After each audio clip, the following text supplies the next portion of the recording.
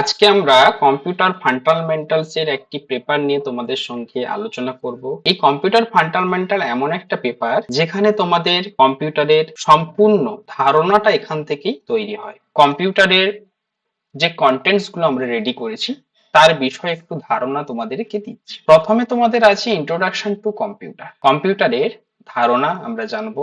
Evolution of computer, আজকের দিনে computer কিভাবে এসছে সেই সম্পর্কে আমরা জানবো। কম্পিউটার জেনারেশন, কম্পিউটারের প্রজন্ম সম্পর্কে আমরা জানবো। ক্যারেক্টারস অফ কম্পিউটার সিস্টেম, কম্পিউটারের বৈশিষ্ট্যগুলো কি কি থাকে সেগুলো তোমাদেরকে জানাবো। ক্লাসিফিকেশন অফ কম্পিউটার, কম্পিউটারকে কয় ভাগে আমরা শ্রেণীবিভাগ করতে পারি সেই সম্পর্কে আমরা জানবো। কম্পিউটার অর্গানাইজেশন, কম্পিউটার কিভাবে কাজকর্ম করে সেই সম্পর্কে আমরা জানবো। কম্পিউটার হার্ডওয়্যার এবং কম্পিউটার সফটওয়্যার এই সম্পর্কেও আমরা ধারণা তোমাদেরকে দেব। তার সঙ্গে কম্পিউটার ইন্টারনেট এবং ইথিক্স যে পেপারটা আছে এটা একটু ডিফারেন্স, কারণ এটা একটা অনলাইন প্রসেস যার মাধ্যমে আমরা দুটো পার্টে ভাগ করেছি। একটা আছে ইন্টারনেট এবং একটা আছে ইথিক্স। এই ইন্টারনেটটা আমরা জানি মোটামুটি সবার ফোন আছে বাড়িতে, ডেস্কটপ কম্পিউটার ইত্যাদি সবারই আছে। সবাই ইন্টারনেট ছাড়া আমরা যেমন কোনো কিছু কাজ বর্তমান যুগে করতে পারি না, সেইভাবে ইন্টারনেট সম্পর্কেও আমাদের সঠিক ধারণা থাকা দরকার। প্রথম যে পেপারটা আছে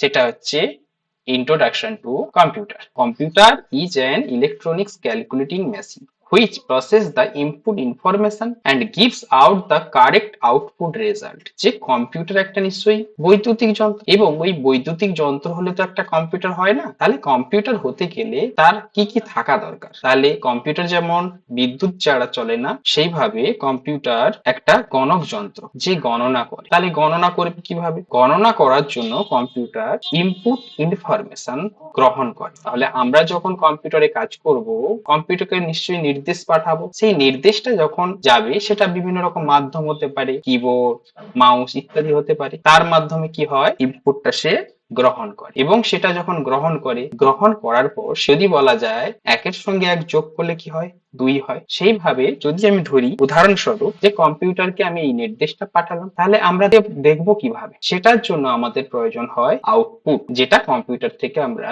রেজাল্ট হিসেবে পাই। যেমন ধরা যাক একটা উদাহরণ আরো একটা দিতে পারি, যে তোমরা যখন কম্পিউটার শেখো প্রথমে তোমরা কি করো, ছবি ড্র করো। তাহলে যখন তোমরা মাউসের দ্বারা যখন ড্র করছো, সেই ড্রটা কি হচ্ছে, তারের মাধ্যমে আমরা নির্দেশ পাঠাচ্ছি মাউসের দ্বারা। সেটা কম্পিউটার একটা প্রসেসিং এর মাধ্যমে আমাদের কিছু দেখাচ্ছে মনিটর। যেমন আমরা মনিটরের মাধ্যমে কি করি, যে সেই ড্রয়িং এর ভিজুয়াল জিনিসটা আমরা দেখতে পাই। আবারও দেখেছো তোমরা যে কম্পিউটারের দ্বারা কোনো কিছু কাজ করার পর যখন আমরা ওয়ার্ড, এক্সেল ইত্যাদির মাধ্যমে যখন আমরা প্রজেক্টের কাজ করি, সেগুলো আমাদের প্রিন্টের, সেটা কি হয়, প্রিন্টারের মাধ্যমে প্রিন্ট হয়। সেক্ষেত্রেও আমরা অন্য একটা মাধ্যম যেমন প্রিন্টার, তার মাধ্যমে আমরা সেই জিনিসটাকে খুব সহজে প্রিন্ট করে নিতে পারি। তাহলে আজকের আমাদের এত সুবিধে পাচ্ছি কার মাধ্যমে? এই কম্পিউটারের মাধ্যমে। এই কম্পিউটার মাধ্যমটা আজকের দিনে খুব সহজ হয়ে গেছে, যে কোনো কাজ খুব সহজে আমরা করতে পারি। তাহলে আজকের দিনে এই কম্পিউটার আসার পেছনে যে ব্যক্তিগুলো, তাদের তো অবশ্যই আমাদের জানা প্রয়োজন। তাহলে আমরা তার বিষয়ে একটু জানি। Charles Babbage is the father of computer. তাহলে কম্পিউটারের জনক কাকে বলা হয়? Charles Babbage. তিনি 1800 খ্রিস্টাব্দ নাগাদ তিনি কম্পিউটার বানান। ওনার পরেও অনেকেই কম্পিউটার বানিয়েছে, কিন্তু ওনার এই ভাবনা চিন্তা থেকে এবং ওনার এই জ্ঞান বিভিন্ন দিক থেকে বিশ্লেষণ করে ওনাকে কম্পিউটারের জনক বলা হয়ে থাকে। যে কম্পিউটারকে আমরা কিভাবে চালু করি, একটা কম্পিউটার চালু করব কিভাবে, তার পদ্ধতিটা তোমাদের ভিজুয়াল আকারে কম্পিউটারের মাধ্যমে দেখাচ্ছি। তাহলে কম্পিউটারকে অন করতে গেলে নিশ্চয়ই বোর্ডে সুইচ দিতে হয়, যেটা তোমাদেরকে ভিজুয়াল আকারে দেখাচ্ছি। এখানে যখন আমরা সুইচটা দেব, তাহলে সঙ্গে সঙ্গে কাকে নির্দেশ দেবে? ইউপিএস কে। তাহলে ইউপিএস, যেটা আমি বলেছিলাম কি, যে আমাদের সেন্টারে কি থাকে না, ইউপিএস থাকে না কম্পিউটার সঙ্গে। কিন্তু ইনভার্টার আমাদের থাকার জন্য আমরা ইউপিএস ব্যবহার করি না। তাহলে কম্পিউটারে বোর্ডে যখন তোমরা সুইচ দিলে, সেকেন্ড আমরা সুইচ দেবো কোথায়? এই ইউপিএস। যখন আমরা ইউপিএস এ সুইচ দেবো, সঙ্গে সঙ্গে কি হবে, যে আমাদেরকে সিপিইউ কে সুইচ দিতে হবে।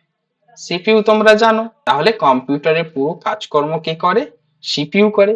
সিপিইউর ফুল ফর্ম হচ্ছে সেন্ট্রাল প্রসেসিং ইউনিট। এই সিপিইউ কে যখন আমরা নির্দেশ দেব, সঙ্গে সঙ্গে তোমরা দেখবে যে কম্পিউটার এরকম ঘুরতে থাকে, ঘুরতে ঘুরতে মনিটরে দেখিয়ে দেয় উইন্ডোজ 7 কি 10 কি 11 এইভাবে দেখিয়ে দেয়। দেওয়ার সঙ্গে সঙ্গে কম্পিউটারটা শুরু হয়ে যায়। এবার কম্পিউটার শুরু হয়ে গেল, তাহলে এই যে সিপিইউ, সিপিইউটার মূল কাজ হলো কি, পুরো কম্পিউটারটাকে পরিচালনা করা, যেটা আমরা সিপিইউ বলি। সিপিইউ থেকে নির্দেশ কাকে পাঠানো হচ্ছে? মনিটরকে, কিবোর্ডকে, মাউসকে ইত্যাদিকে। সেই নির্দেশ মতন তারা কি করে? কাজকর্ম করে। এই যে টিভির মতন তোমরা দেখতে পাচ্ছ, এটাকে কি বলে তাহলে? মনিটর। আর মাউস তো তোমরা নিশ্চয়ই জানো, এটাকে কি বলে? কিবোর্ড। আর দুটোকে বলা হয় স্পিকার। এইটুকু তোমরা জানতে পারলে, কিন্তু এর সঙ্গেও তোমাদের কিছু জিনিস জানতে। এই ধরনের কেবিল তার নিশ্চয়ই দেখেছো, তোমাদের বাড়িতে দেখবে সেটটপ বক্স আছে, সেটটপ বক্স থেকে তোমরা যে টিভি দেখো দেখবে এইচডিএমআই একটা কেবিল থাকে। তাহলে এই এইচডিএমআই কেবিলের কাজ কি? মনিটর থেকে সিপিইউ তে একটা তারের মাধ্যমে সংযোগ থাকে, এরই মাধ্যম দিয়েই সিপিইউ থেকে পুরো তথ্য আউটপুট হিসেবে মনিটরে দেখা। আবার কিছু কিছু ক্ষেত্রে এইরকমও কেবিল তোমরা দেখবে, যেটাকে বলা হয় ভিজিএ কেবিল। এই কেবিলের মাধ্যমেও কি হয়? মনিটরের সাহায্যে আমরা আউটপুট দেখতে পাই। বর্তমান যুগে আমরা দাঁড়িয়ে ভিজিএ কেবিলের আর কাজকর্ম আমরা দেখতে পাই না, এখন দেখি কিসের দ্বারা?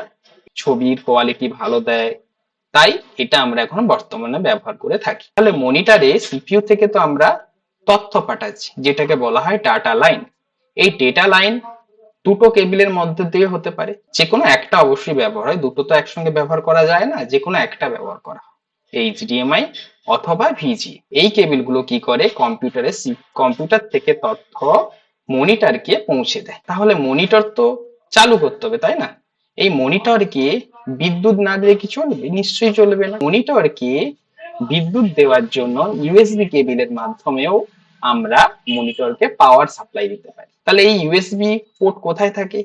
সিপিইউর পেছনে বা সামনে পোর্ট। আমরা যে কোনো জায়গায় ইউএসবির মাধ্যমেও আমরা মনিটরকে সরাসরি পাওয়ার দিতে পারি। পাওয়ার দিলেই তবে মনিটরের স্ক্রিনে আমরা দেখতে পাবো। অথবা পাওয়ার কেবিলের দ্বারাও হয়, পাওয়ার কট কেবিলের দ্বারাও হয়।